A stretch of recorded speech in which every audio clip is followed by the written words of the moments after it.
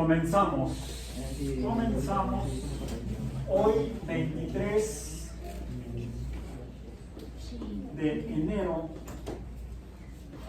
de 2024 en física biológica y con plumones nuevos. Por cierto, no les tocan los tamales porque ya no son nuevos, ya los usé el día de ayer. Los tamales el día 2, el día de la Candelaria. Y estamos en huelga. No, cállate. Que la lengua se haga chicharrón. No, pues en fin, bueno, entonces 23 de enero, sesión 25, semana 9, novena semana 9 del trimestre 23, otoño, en pleno invierno. En pleno invierno del 24, estamos en el trimestre otoño del 23. Esas son cosas del agua. Consecuencia de huelgas, paros feministas y otros fenómenos sociales. Hay que hacer güey. Que la lengua está chicharrón. Eso sería termodinámico. No, hoy vamos a hablar y a tratar de ver otros fenómenos. La semana pasada hablamos y vimos los efectos de la electricidad. La electricidad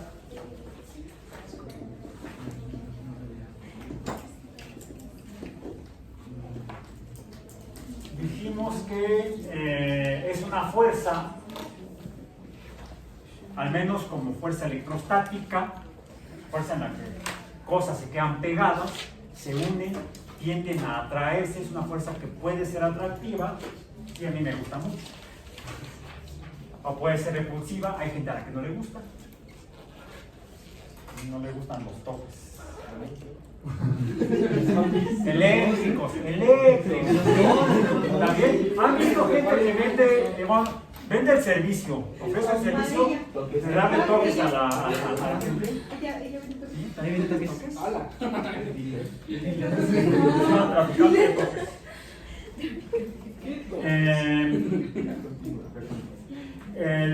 Sí, de repente tiene unos aparatos en los que le dan vuelta una manivela con lo que generan un potencial eléctrico más grande, un voltaje más grande, y uno toma un par de electrodos, en realidad cierran el circuito y uno se pone a bailar el twist o no sé, o break, le vas a entender, ese que se llamó break dance. El break dance es de mi tiempo, es de los 80, es ochentero. Salió en una película, incluso ese movimiento, se llamaba Flash Dance, no sé si la vieron a ver. Muy buena película, muy buena música, muy buena película. Flash Dance. Flash, Master of the Universe, no, ese es otro Flash. Es una película, es un personaje de ciencia ficción de principios del siglo XX, década de los 20. Flash Gordon. Sí, la primera película se hizo en la década de los 20, sí, era película muda, en blanco y negro. Búsquenla por ahí, no se puede conseguir en internet. Luego hicieron hubo series de televisión, y se hizo una nueva película en aquel tiempo, en los 80s, que se llamó Flash Gordon también. El tema empezaba Flash, Master of the Universe, de Queen, composición y ejecución de la pieza, interpretación por Queen. Freddie Mercury, Brian May, y los otros dos. Okay. Bueno, ¿qué es un flash? Un destello de luz. Tendría que ver con el tema que vimos la semana antepasada, el de óptica. ¿Sí? ¿Dónde se vería ese tipo de destello? Así algunos identifican, por ejemplo, al relámpago como un flash, como un destello de luz. Es decir, la electricidad esta fuerza electrostática parece, dijimos, la F subíndice E, podría estar asociada como algo que tiene que ver con la luz. Porque siempre que hay una diferencia de cargas, por ejemplo, cargas diferentes, estas cargas en este caso se atraen dependiendo de qué tan cerca estén, el cuadrado de la distancia desde puntos centrales sería radial. Esto sería proporcional, la cantidad de cargas diferentes, el producto, entre el cociente entre el cuadrado de la distancia, sería proporcional a la fuerza con la que estas cargas se atraerían, y en algunos casos es tan grande la fuerza con la que se atraen que producen luz. ¿Por qué? Oh, no sé. No se ha dicho todavía en este curso. Para transformar esta proporcionalidad en una igualdad, pues necesitamos introducir aquí un número constante a la que llamamos constante eléctrica, que además se puede determinar numéricamente si uno mide la fuerza y conoce la cantidad de cargas que uno puso y la distancia a la que las está separando. Mides la fuerza tal vez entre un par de materiales que conozcas su masa, y entonces cuando la carga sea suficiente, ¡pum!, que se atraigan. Y puedes medir el tiempo con el que tardan en atraerse, la aceleración. ¿Sí? Usando la mecánica newtoniana podemos medir fuerzas eléctricas. Y es así como se hizo la determinación de la constante eléctrica. Como lo habíamos hecho, pues sería, despejamos K subíndice E. K subíndice E sería entonces, tenemos del otro lado a la fuerza eléctrica. El cuadrado del radio está dividiendo acá subíndice E, entonces tendríamos que dividir fuerza eléctrica, multiplicar aquí todo esto por R cuadrada entre R cuadrada igual a 1. Si multiplicamos aquí por R cuadrada, necesitamos multiplicar acá también F por R cuadrada, ahí está. Y esto que está multiplicando acá, este producto que está multiplicando acá su índice E, entonces tendríamos que dividir Q menos Q más entre Q menos Q más, sería 1. Si divido este lado entre Q, no es otro QQ, debo dividir F subíndice E entre QQ. En fin, ya aquel está QQ. Entonces dividimos esto entre Q menos por Q más, y así calculamos la constante eléctrica. Que fue como, de una manera equivalente, la gravedad en la mecánica, la gravedad, que se describe por la cuarta ley de Newton, F subíndice G, como la constante gravitacional por M1 por M2 entre R cuadrada. ¿Sí? Pues esta G no está en el libro de Newton, en los principios matemáticos de la filosofía natural. Newton se quedó hasta la proporcionalidad.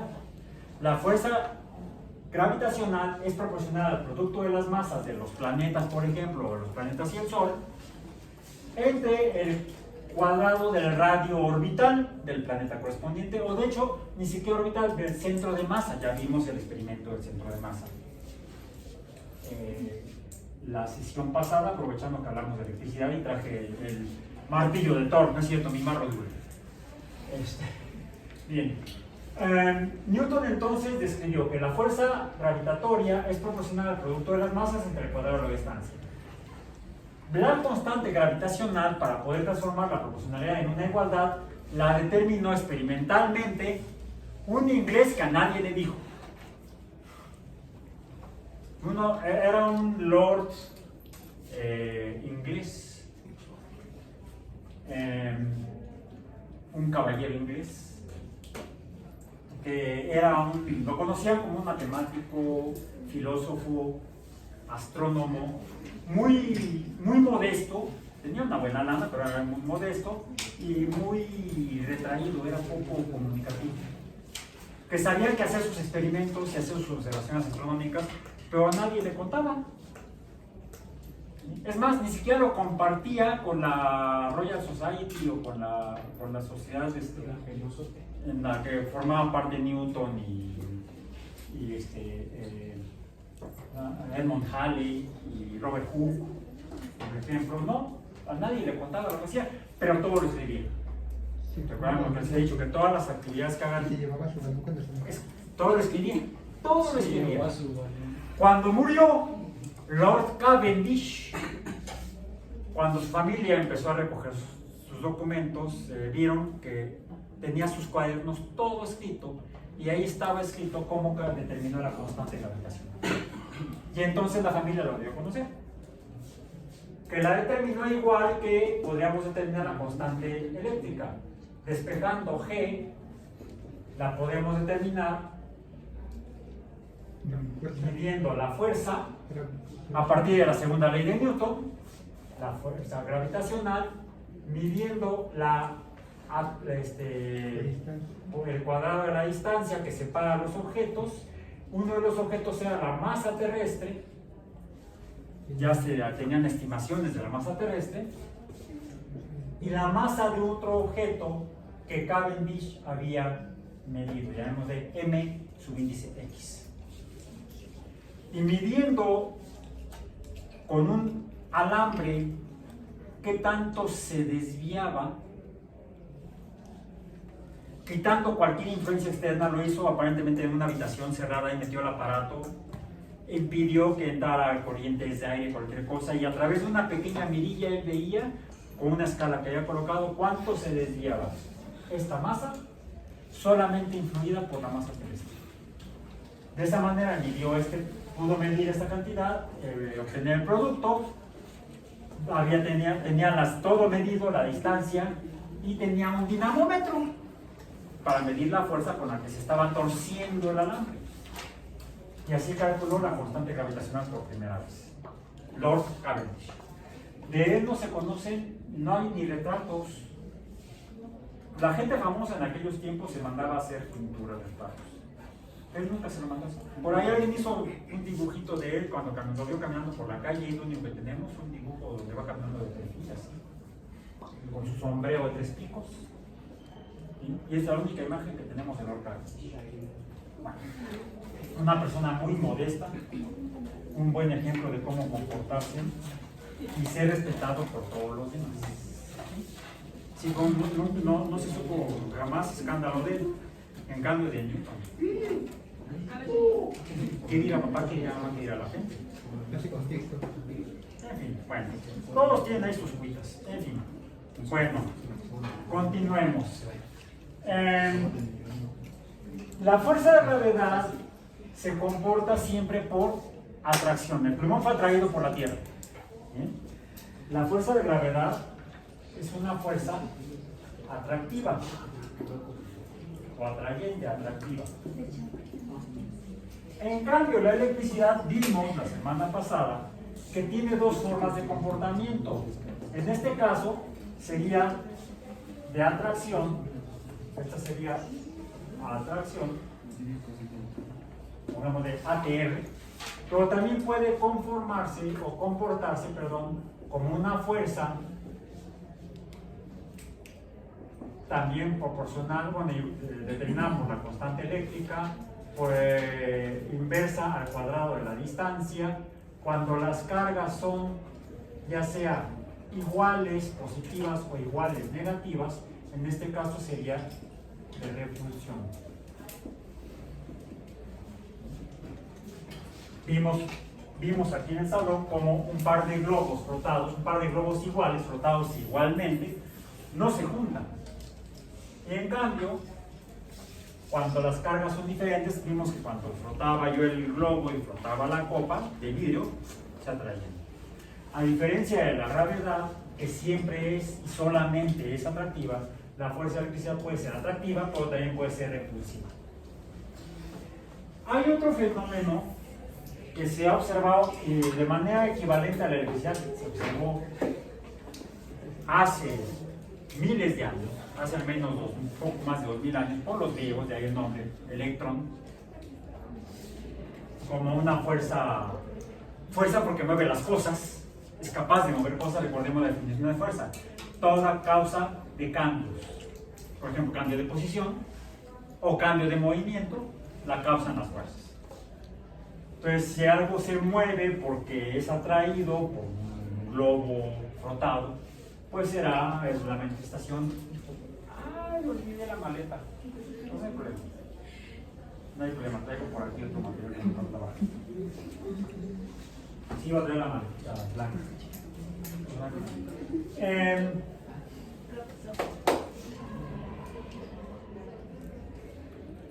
Ok, bien. Entonces, la fuerza eléctrica se comporta por atracción. Una copa frotada, una copa de vidrio frotada, porque si la copa es de plástico no sería. Ya ven, hay copas de plástico también. Pero una copa de vidrio atrajo a un globo de látex. También vimos que una regla metálica atraía al globo de látex. Y es por eso que no solamente el vidrio y el látex se atraen, el látex mencionamos que es una resina, y de ahí el nombre original de las fuerzas eléctricas, resinosas y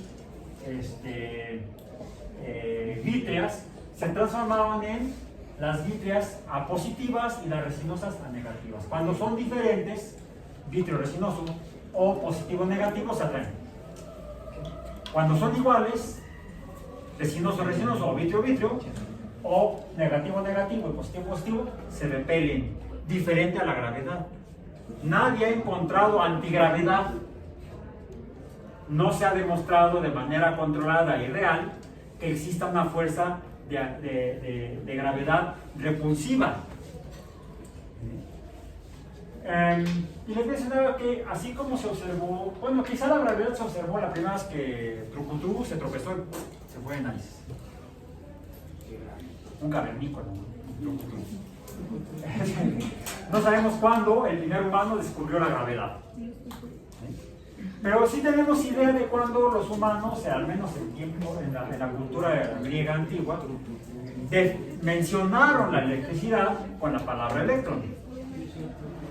También los griegos, en una región en particular, una región llamada Magnesia en Grecia, en Magnesia,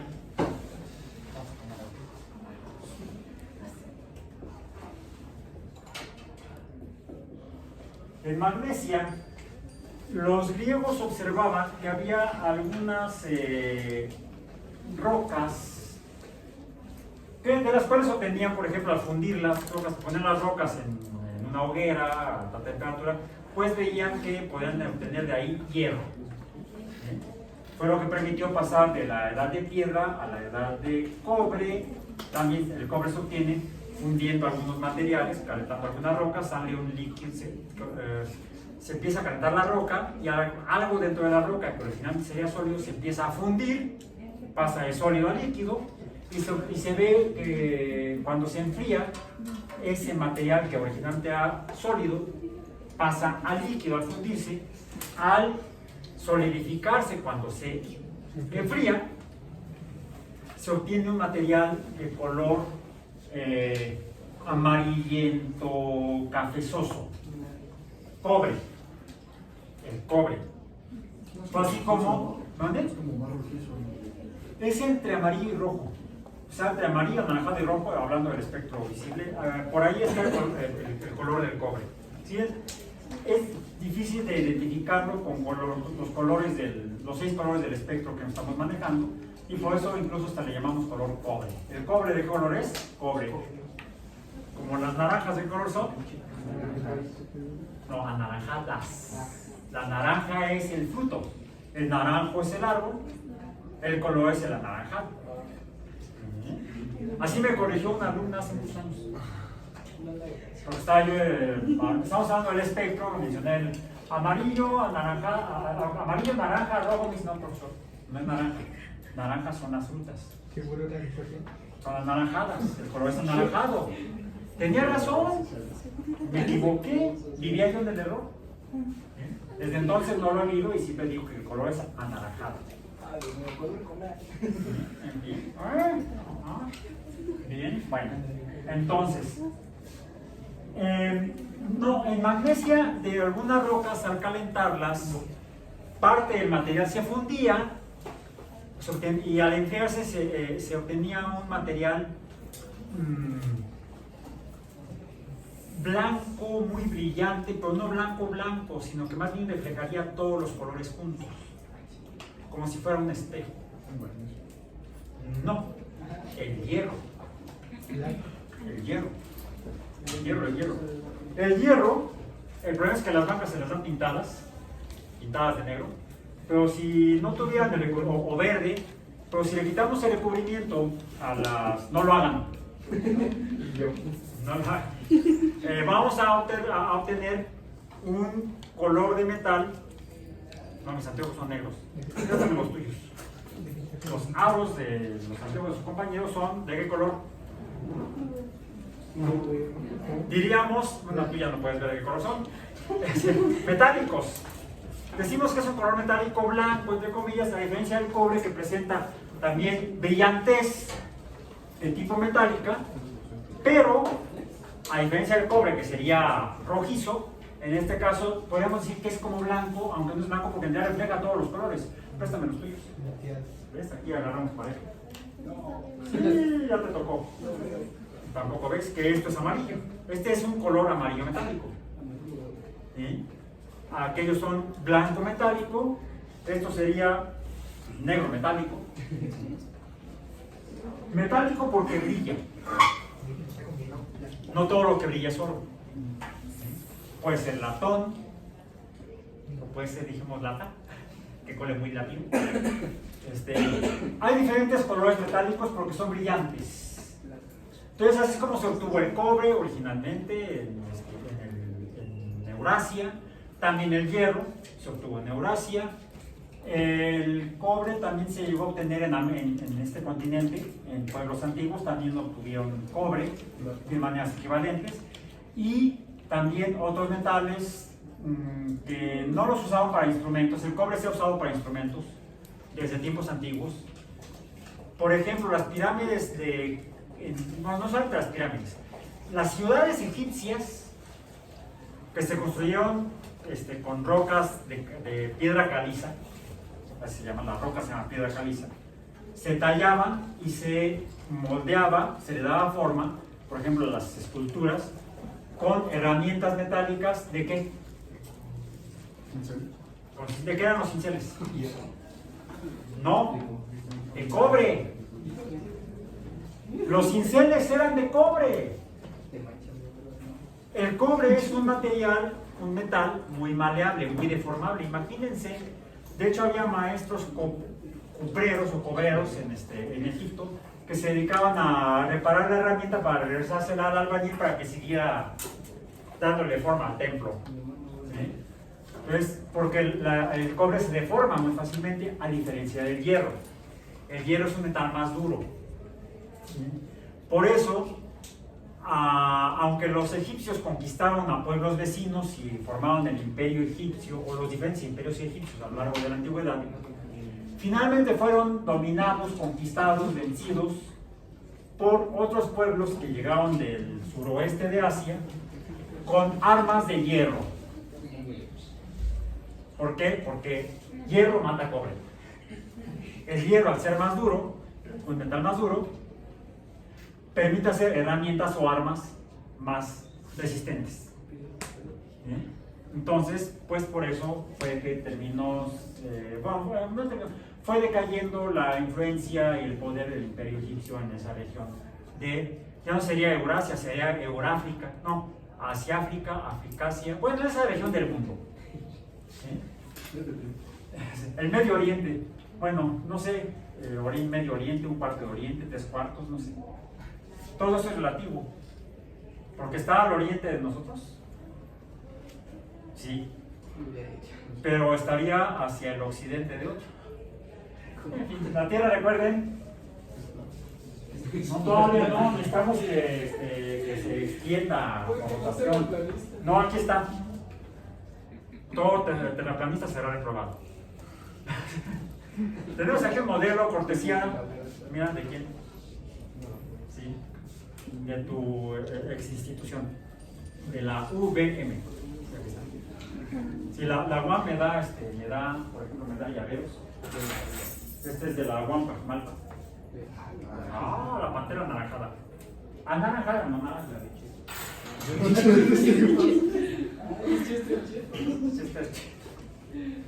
Pobres colegas de Coajimalpa. Entonces, la Tierra, dependiendo de dónde esté uno parado o nadando, me recordó un chiste. Está un niño con su mamá, ¿no? Y dice el niño, mamá, yo ya no quiero ir a Europa. Callan y siguen nadando. En fin. Bueno, entonces, en esta región del mundo, en esta región, en el mar Mediterráneo, al norte del mar Mediterráneo, en la región helénica, en Magnesia en particular, se sabía que había hierro. En Magnesia había hierro. Fe minúscula, no F subíndice. Esto es fuerza eléctrica, esto es hierro. Fierro. Fierro. Observaron que algunas rocas que sabían que tenían hierro, provocaban que algún instrumento hecho con hierro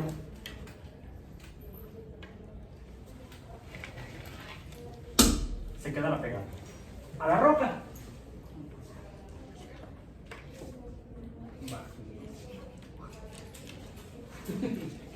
Le llamaron como buen magnetista, magnetismo. Magnetismo.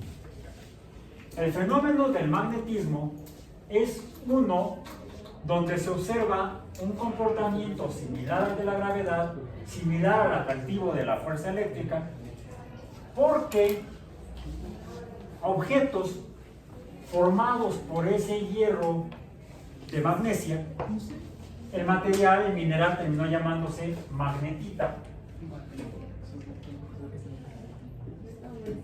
Además, déjenme escribirlo al revés. Voy a poner la magnetita arriba y el magnetismo abajo. La magnetita es un mineral que contiene hierro y se observa en él ese fenómeno llamado magnetismo. Magnetismo. Ok. En el cual voy a tomar prestada esta blanca y ahora sí necesito que la paleta sea de grosella. No, de plástico. De un polímero. Para que, pues traigo aquí la moneda. La moneda de la rayuela.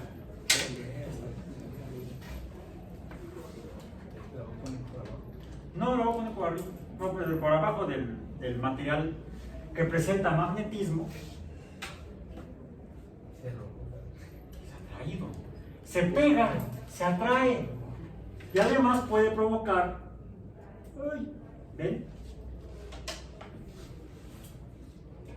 Está ahí estática la moneda sobre la paleta.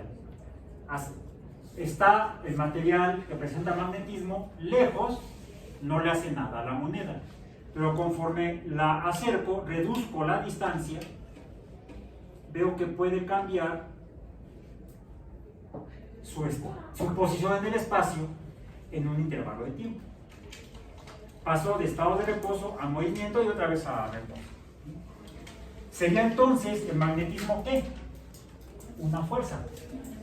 El magnetismo es entonces, por lo tanto, también una fuerza, pongámosle F subíndice M, de tipo atractivo, en la cual observamos que un objeto, ¿cómo le ponemos? Pongámosle P. Ahorita les voy a decir por qué P. la P del objeto magnético. Quizá porque se pega. P de se pega. El pegatón 1, P subíndice 1, se pega al P subíndice 2. Puede ser el pizarrón o puede ser la moneda. De verdad, mañana tengo que usar la P. No es por la P moneda, es otra cosa. Es una moneda de 2 pesos, nada más. Una pinche moneda. Ya sabe la P. Ya sabe la P. Y vimos que si la distancia que separa al objeto atractible del material magnético es grande, no le pasa nada. ¿Cómo es la fuerza? Pequeña. En cambio, cuando la distancia es pequeña, ¡pum!, cambia su estado. Por lo tanto, lo perturba, por lo tanto, es una fuerza que sería mayor mientras menor sea la distancia. Quiere decir que es inversamente proporcional a la distancia a la que estamos llamando R. Bien. Y si la medimos con cuidado, vamos a ver que tiene un comportamiento igual cuadrático, inverso. Bueno. Se ocuparon el trabajo entre todos. Sí, ¿no? Ya ves que todo el mundo hace trampa, ¿no? Luego los acusan de plagio. Se plagió, Coulomb se plagió a Newton. No, lo que estamos viendo es que hay fenómenos en la naturaleza que tienen comportamientos similares. Y es algo que es entre sorprendente y maravilloso, cómo hay una coherencia en el comportamiento de la naturaleza en el universo y en el mundo, en la Tierra, que se explica su esfericidad, si es cierto, achatada por los polos, ensanchada por el ecuador, por la fuerza centrífuga. A diferencia de, por ejemplo, los satélites de Marte, que son pequeñitos en cuanto a masa. La masa de los satélites de Marte, de Phobos y de Deimos, es muy pequeña. ¿Han visto fotos de ellos? Fotos, no focos, fotos, fotografías, imágenes de Phobos y Deimos. A ver si pueden googlearlas ahorita.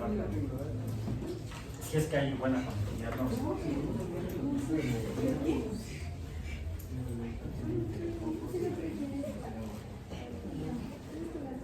¿Qué forma tienen?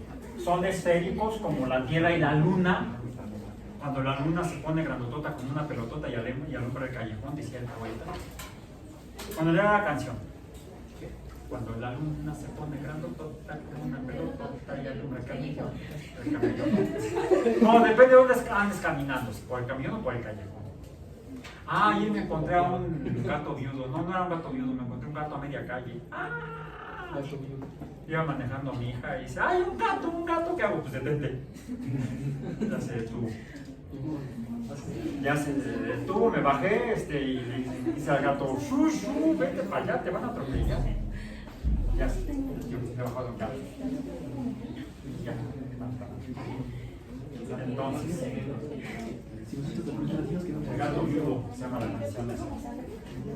Es una canción astronómica, menciona a la luna grandotota. ¿Qué forma tiene? Es esférica, porque es grandotota la luna. Su masa es suficiente para darle forma esférica a la luna. ¿Ya encontraron imagen de los satélites? Aquí están. Parece una papa, ¿no? Bueno, pero no papa frita, sino más bien una patata. Una papota, sí. No, las papotas son las que están cortadas en gajos. ¿Ya las vieron? Uy. Son dos Phobos y Deimos. Uno es más chiquito, otro es más grandote, y los dos son irregulares. Son amorfos porque su masa no es suficiente para que la fuerza de gravedad le dé forma esférica. ¿Sí? Bueno, entonces, las fuerzas entonces le dan forma al mundo, forma al universo, forma a la materia. Pueden ser fuerzas gravitacionales, fuerzas eléctricas y también las llamadas fuerzas magnéticas.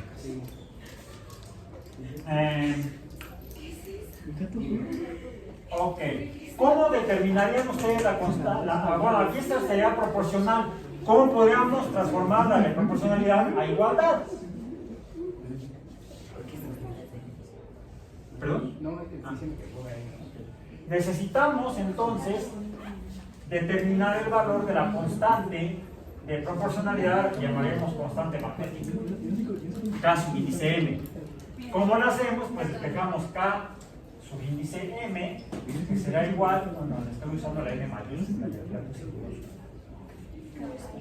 K subíndice M será igual a, pues, ya mejor la copio, mejor me plagio a mí mismo, pues es un autoplagio.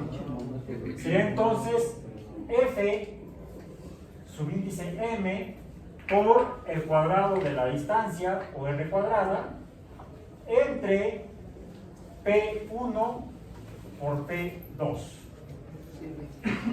Así lo digo. P1 por P2. O el segundo P. No hablen rápido. Se oye feo. Bien, entonces. En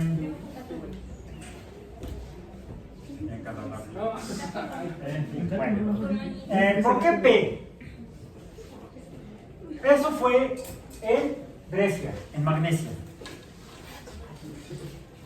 Les digo, algo que ocurre cuando uno revisa la ciencia, incluso la historia de la ciencia, es que algunos fenómenos se descubren en algún lugar, otros en otro, pero a veces pasó con la fuerza del con el autor de esta ecuación, de esta fórmula, de esta explicación de la gravedad, Isaac Newton, que él desarrolló, de hecho, para llegar aquí, una herramienta matemática para poder utilizar las mediciones que había hecho décadas atrás Tycho Brahe y que había usado Johannes Kepler para determinar cómo se mueven los planetas alrededor del Sol y plantear sus primeras dos leyes de movimiento planetario.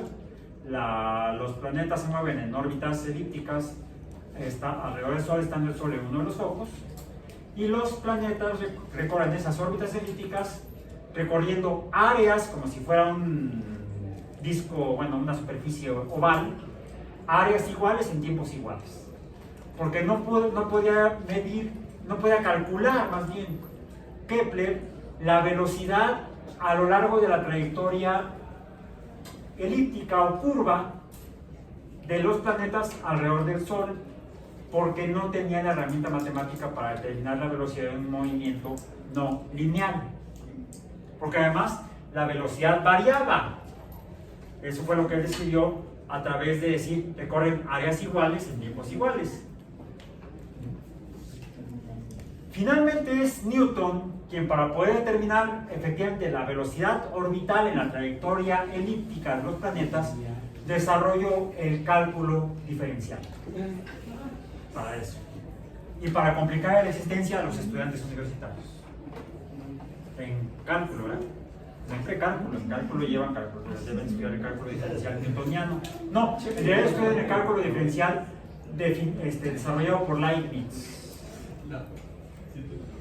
El modelo de cálculo que estudian ustedes en su curso de cálculo fue desarrollado por Wilhelm Leibniz, matemático del centro de Europa, germánico.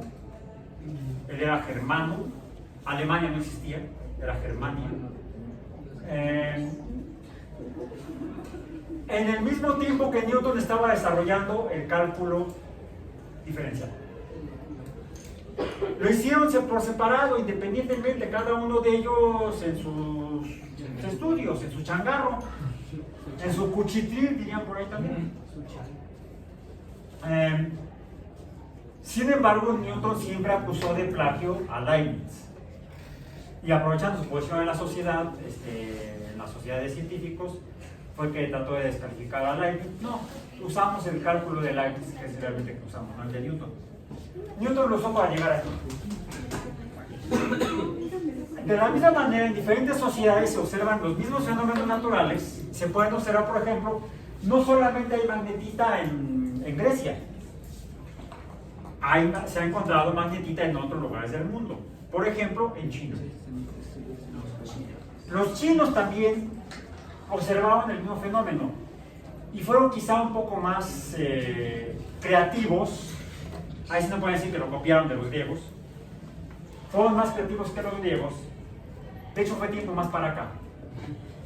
En el que, teniendo un material de magnetita, una piedra de magnetita, un pequeño fragmento de magnetita, lo colgaban de un hilito y al soltarlo y sostenerlo solamente con el hilo, el fragmento de magnetita amorfo no serviría que fuera esférico o circular, sino como una barra elongada, ¿sí? Un fragmento un poco como uno de los satélites de Marte, que es más oblongo, más alargado. La roca o el pedazo de magnetita empezaba a girar hasta quedarse quieto en una posición, sin importar que cambiaran de posición el hilito.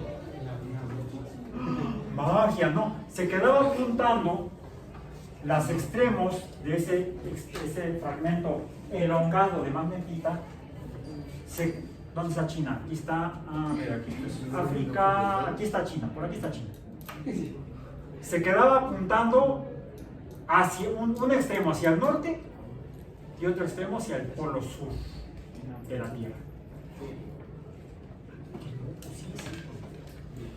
Se dieron cuenta que efectivamente, aunque cambiaran ese fragmento elongado de magnetita del lugar, se mantenía apuntando hacia el polo norte terrestre y hacia el polo sur, el extremo opuesto.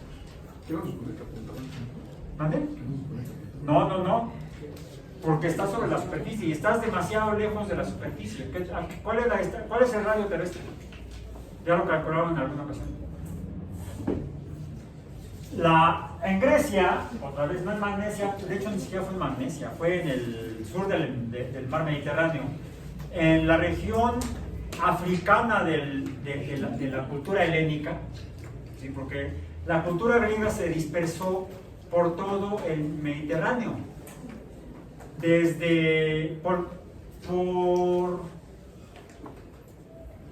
por los romanos llegó hasta Iberia.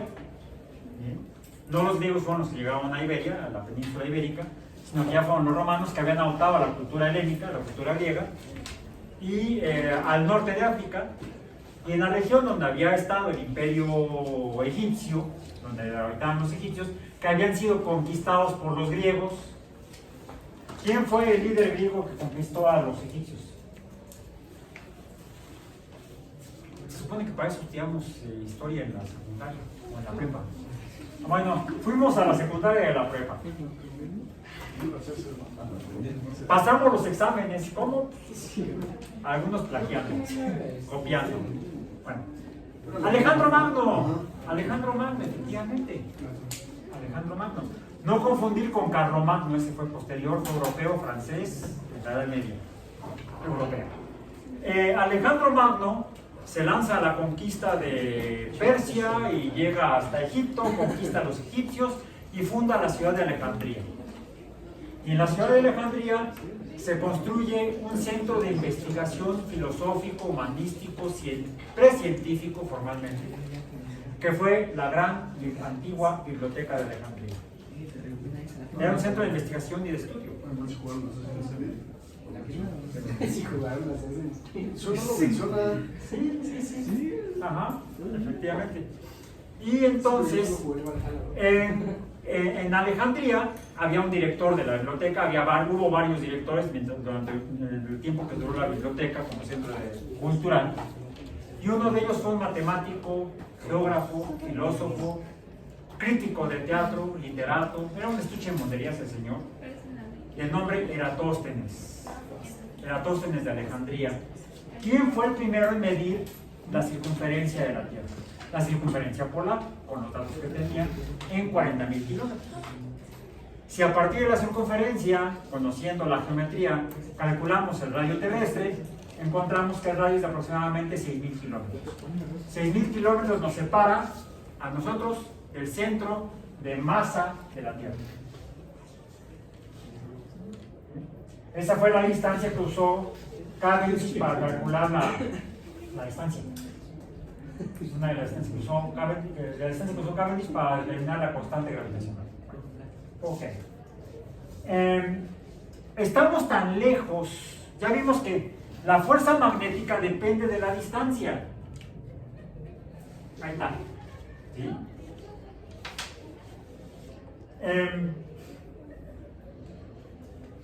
Estamos a 6.000 kilómetros, a más de 6.000 kilómetros del centro de la Tierra. ¿Cuál será la fuerza?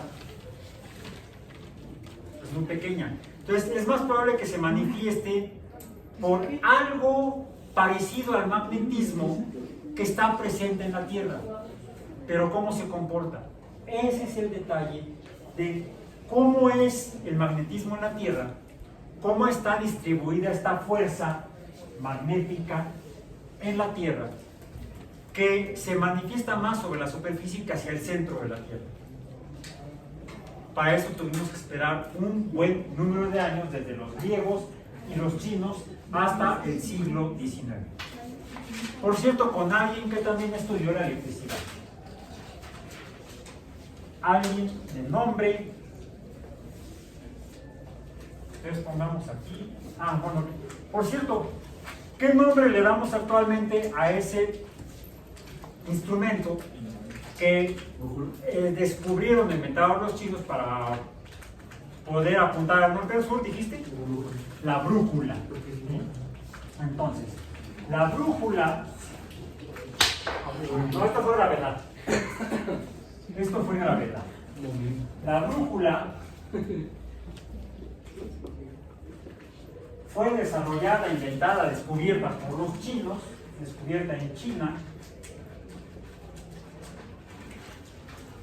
Funciona con base en un fenómeno, en el fenómeno del magnetismo, en la fuerza magnética. ¿Cómo y por qué? Los chinos no sabían. Tú usala, funciona.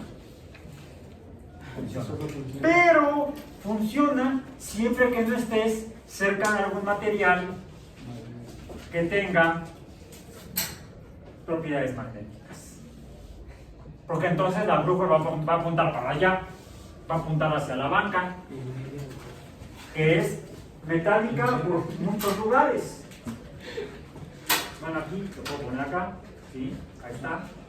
Pero acá, la paleta, esta en particular, dijimos que es de un polímero de carbono, plástico. No. Quiere decir que no todos los materiales presentan propiedades magnéticas. Bueno, hoy en día, la moneda sí, ahí está. Y de hecho estas monedas están formadas por dos metales, uno amarillo y otro blanco. Debería yo quizá probar con algún otro material. Traigo aquí mi regla metálica dice que es de acero, stainless steel, de acero inoxidable, inolvidable también. Vamos a ir al revés, mira. Ahí está, sí. El acero mencionamos que se hace con hierro, acabamos de confirmar que tiene hierro. Las llaves, tengo aquí, mis llaves. No, las de la casa, están acá con Snoopy. Si las de la universidad las tengo con el llavero de la One Pop Malta. Las tengo con Snoopy. Vamos a ver, las llaves son metálicas, ¿no? Tenemos color metálico, color brillante. Esta llave que es una llave larga, vamos a ver, está aquí.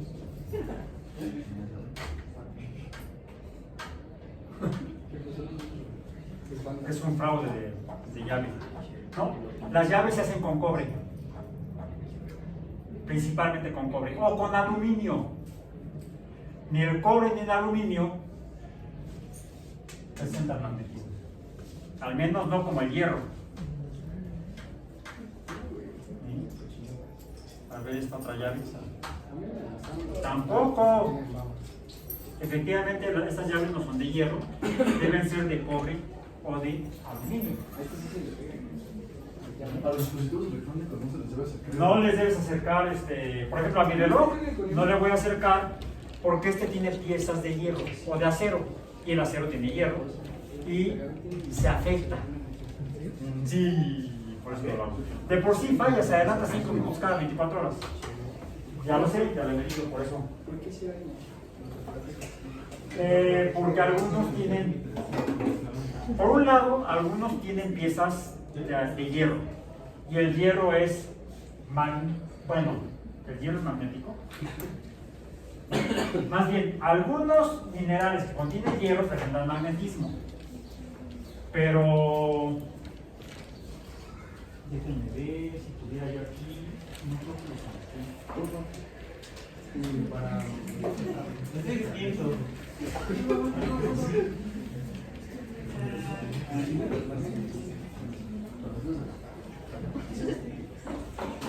Miren, aquí tengo aluminio. Este anillo de esta bolsa de esa bolsa es de aluminio. Vamos a ver. Tampoco, acabamos de confirmar que el cobre de la llave y el aluminio de este anillo son no magnéticos. El anillo del llavero casi siempre se hacen con hierro o con acero. Bien. Alguien diría, bueno, esto es hierro. Confirmado. La moneda debe tener también hierro. O incluso la regla dijimos que es de acero, debe tener hierro. Acero inolvidable, no inoxidable. Se puede hierro con hierro. Entonces parece que en algunos casos, como en la magnetita, el hierro tiene algo, alguna propiedad, algo le pasó, de modo que manifiesta fuerza magnética. Y de hecho, eso se puede poner a prueba, como vimos que en el caso de la electricidad, cuando pusimos inflar el globo, no le hice nada más que inflarlo y lo acerqué a un pañuelo desechable. Y no sucedió nada más que tocó el pañuelo desechable y se separó de él. Vimos que para que el látex del globo atrajera al papel, había que ponerle la carga frotándolo. Y entonces sí se manifestaba la fuerza eléctrica atractiva. Sí. La electricidad se puede poner en el material. La electricidad se puede poner en los materiales. A ese fenómeno le llamamos inducción.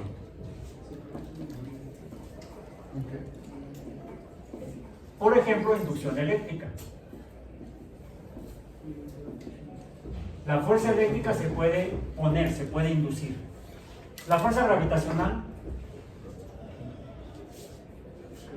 de entrada, como todo lo que existe en el universo está formado por materia y o energía, y la fuerza gravitacional depende de la materia, ya la tiene per se, no se le puede poner porque ya la tiene. Parecería que la fuerza de gravedad sería una fuerza esencial en la naturaleza, en el universo. Ya existe desde el momento en que en el universo se forma y se produce la primera forma de materia a partir de quién sabe qué. El curso no es de cosmología, qué bueno. ¿Bien? Entonces, sin embargo, la electricidad es producible a través de la inducción. El magnetismo se puede inducir, hay identificación, se puede inducir, puede presentar inducción. El magnetismo, hay una forma relativamente fácil de probarla y tiene que ver con el fenómeno descubierto por los chinos del magnetismo o el material de la magnetita que permite orientarse en la Tierra a través de la brújula. Inicialmente los chinos, para poder hacer las brújulas, necesitaban el material magnético original mineral de magnetita. Bueno, por ahí no sabemos cómo, pero algún chino por ahí, ya ven que lo que no se le ocurre a un inglés o americano, del continente americano, puede ser argentino, chileno, colombiano, mexicano, seguramente se le va a ocurrir a un chino. Y de alguna manera lograron hacer brújulas artificiales hechas sin tener que usar como brújula inicialmente la magnetita. Sí, se requiere la magnetita o un material magnético como este, el cual, por un lado, tenemos una bolsa. Podemos ver dos características de el magnetismo como fuerza y por qué puse aquí la letra P y se requieren dos P's. No es exactamente la P del material magnético y el pizarrón, ni del material magnético y el metal ferroso o férrico, miren, está pegado de acá, ferroso o férrico, sino que parece que se relacionaría con el hecho de que la brújula apunta un fragmento elongado de material magnético. Uno de los extremos apunta hacia el polo norte terrestre y el otro apunta hacia el polo sur terrestre. Digamos que la brújula tendría que colocarse así apunta, perpendicular al ecuador, de alguna manera. Y tenemos un polo norte terrestre, geográfico, y un polo sur, geográfico terrestre. Antiguamente la gente que viajaba por tierra, por mar, para saber hacia dónde iba o saber que iba bien en el camino, ¿cómo se orientaban? Porque iban hacia el oriente. Te orientas si vas hacia el oriente. Y si vas hacia el occidente, me accidento si voy al accidente. ¿No? Pero al occidente. ¿Y cómo decía la gente cuando se pierde? Estoy norteado. Ya se norteó, ya me perdí. Bueno, ¿cómo sabes que vas al norte o que vas al sur, al este o al oeste, o que vas al lugar a donde quieres, que no esté exactamente hacia el norte o hacia el este o hacia el oeste, sino en un punto intermedio? Bueno, puedes tener una brújula que apunte siempre, que no apunta hacia el norte y, como dijeron en aquella película de los Piratas del Caribe. Que apunta donde deseas, ¿no? Que le dice que una brújula, cuando ve lo que trae el capitán Jack Sparrow, una brújula que no apunta al norte. Que no apunta al norte. Y su amigo le dice, pero no queremos ir al norte, que viene a la isla de la Calavera, algo así. Bueno, una buena brújula debe apuntar al norte, no a la banca. ¿Sí? Pues sí, porque entonces nos vamos a nortear por no orientarnos. Bien, apunta un extremo hacia el polo norte y otro extremo apunta hacia el polo sur. No importa cómo la ponga, ya digo, no la puedo poner así. Aquí en la Tierra de veras, no en el modelo de la pelotita, va a girar hacia que un extremo apunte hacia el polo norte y otro hacia el polo sur. Por cierto, esto como imán, o como imán, así es otro nombre que le decían también los materiales magnéticos. A veces les llamamos imanes, ¿sí? Un material magnético puede ser también un imán. Una brújula se puede producir con un imán, pero no con mayúscula, porque si fuera con mayúscula sería un líder islámico. El imán Abdullah sería un líder islámico o musulmán. Un imán es un material magnético. Bien. Imán también recibe otro nombre, como el de un personaje que sale en los X-Men y mueve el puente de Golden Gate. No. Qué bueno que el curso no es de cine, ahora por eso, porque estaría reprobado.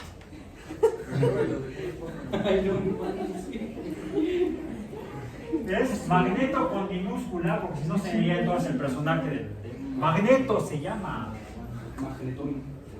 Magneto. Otra es una banda ochentera mexicana. A mí no me gustaban, estoy bien chapo. Bueno, respeto gustos, pero a mí no me gustaban. A ver, ¿Sería posible que ese Magneto moviera el puente de el Golden Gate de la primera trilogía, la película última, o sea, no sé qué final, que llega ahí con toda su gente y empieza a mover el puente de así, y mueve el Golden Gate de San Francisco? ¿Lo puede hacer realmente? Por eso les digo que no les gusta a aquellas que vayan con ellas así. Ya, profe, menos de películas. A ver, la fuerza magnética es inversamente proporcional a la distancia y al cuadrado de la distancia. Este imán atrae a la moneda mientras más cerca esté, más grande es la fuerza. Si está a 1 centímetro, lo atrae con una fuerza, digamos, de 2. Si la fuerza magnética, si R es igual a 2 y la fuerza magnética fuera igual a, digamos, a 10, por poner un número, ¿cuál será el valor de la fuerza magnética si la distancia aumenta a 4, al doble de 2? 20. ¿20? 5.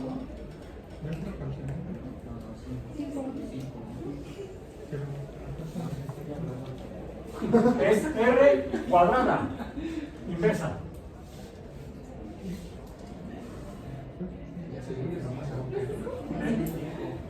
Se reduce un orden de magnitud, porque es cuadrático. Vamos, el cuadrado de 2 es 4, se reduce a un cuarto. De 2 se reduce a un cuarto de este valor. ¿Sí? De 2 a 4, pero es el inverso, porque es inverso, R está abajo. ¿Sí? Aquí sería R entre 2, bueno, PP entre R2, o sea, el otro sería cuadrado, sería 4, la otra sería PP entre 16. PP entre 16, entonces sería a la cuarta parte. ¿Sí? Un 16avo es la cuarta parte de un cuarto. Entonces, ¿cuál es la cuarta parte de 10? Sería 2.5. Si aumenta la distancia al doble de la inicial, al doble de la segunda, al cuádruple de la inicial, si R fuera igual, el doble de 4 es 8. Ahora tenemos 8 al cuadrado, pero debajo, 64. Un 64avo. ¿A cuánto se reduce? A 0. Un 64avo de 10. 10 entre 64, ¿cuánto les da? F es su índice. M.